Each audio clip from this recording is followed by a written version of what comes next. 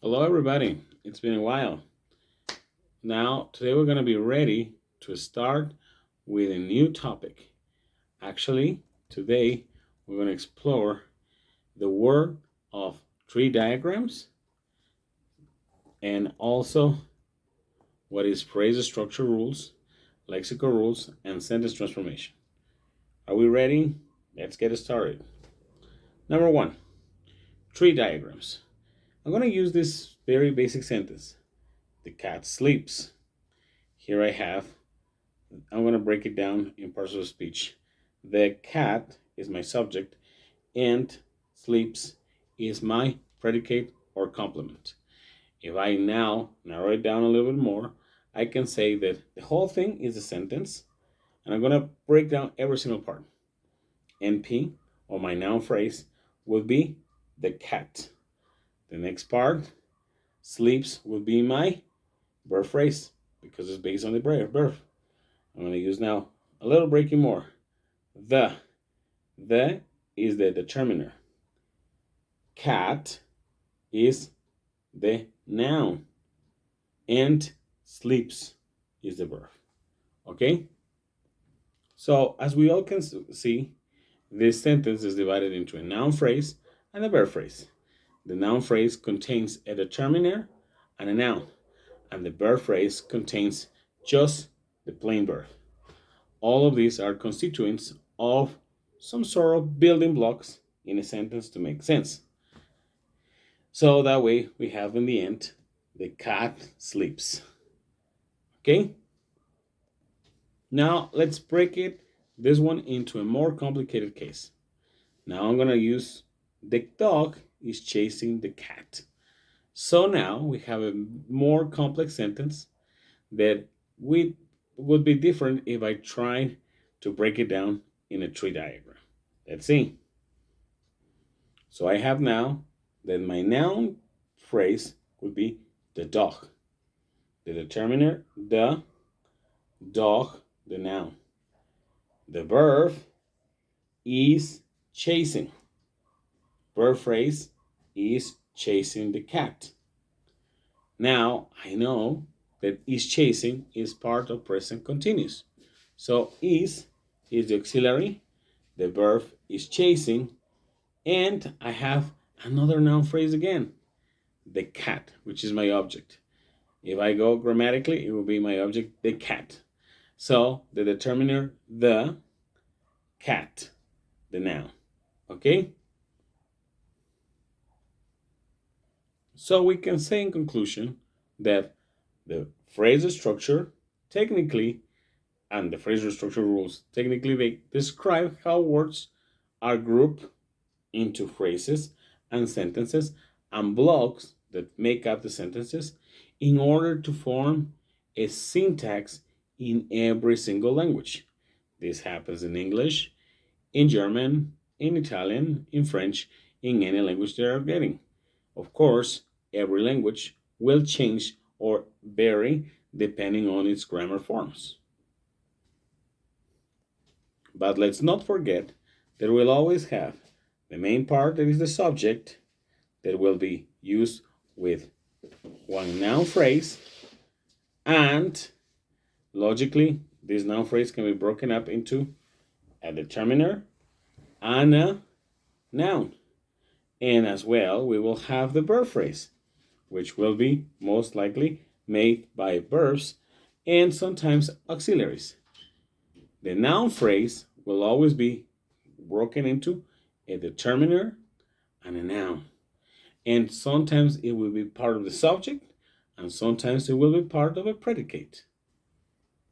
Now, let's see if you got it. The next example is the bird sang a song. So let's break it down. What would be the first thing? The bird. The bird would be you're right, noun phrase. And sang a song would be my correct verb phrase.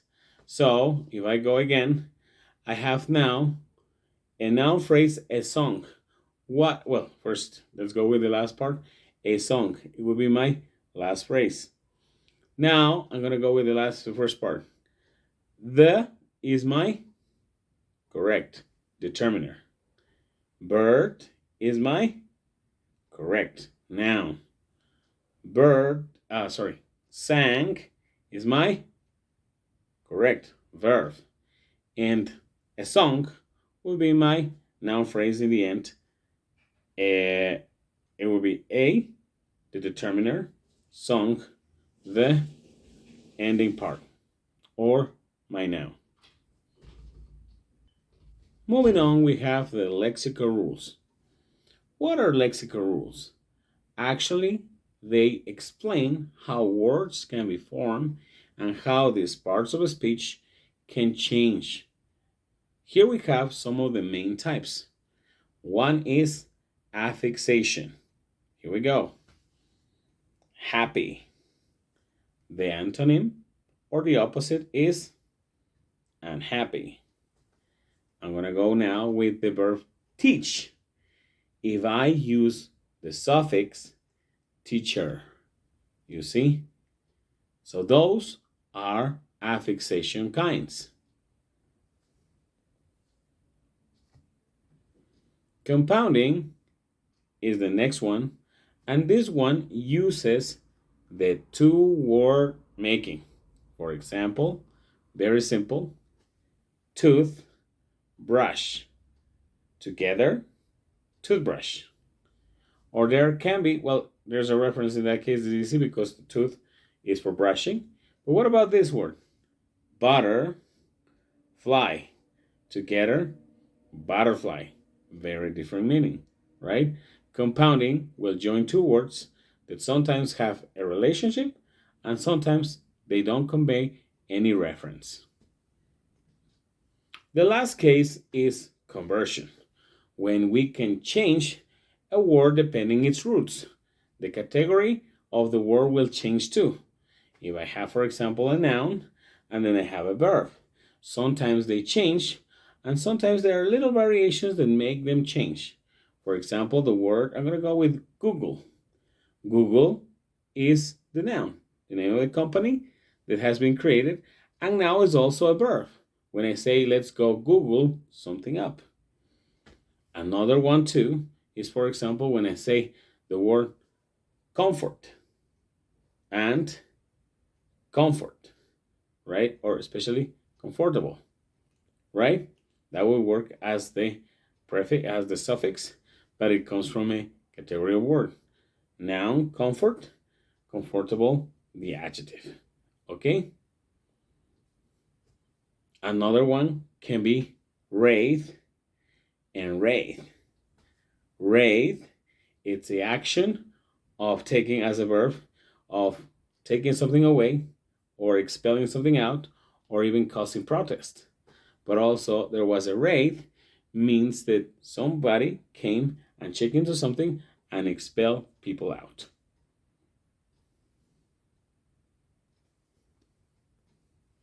As the last case, we need to go with the movement rules. We need to actually see what movement rules are.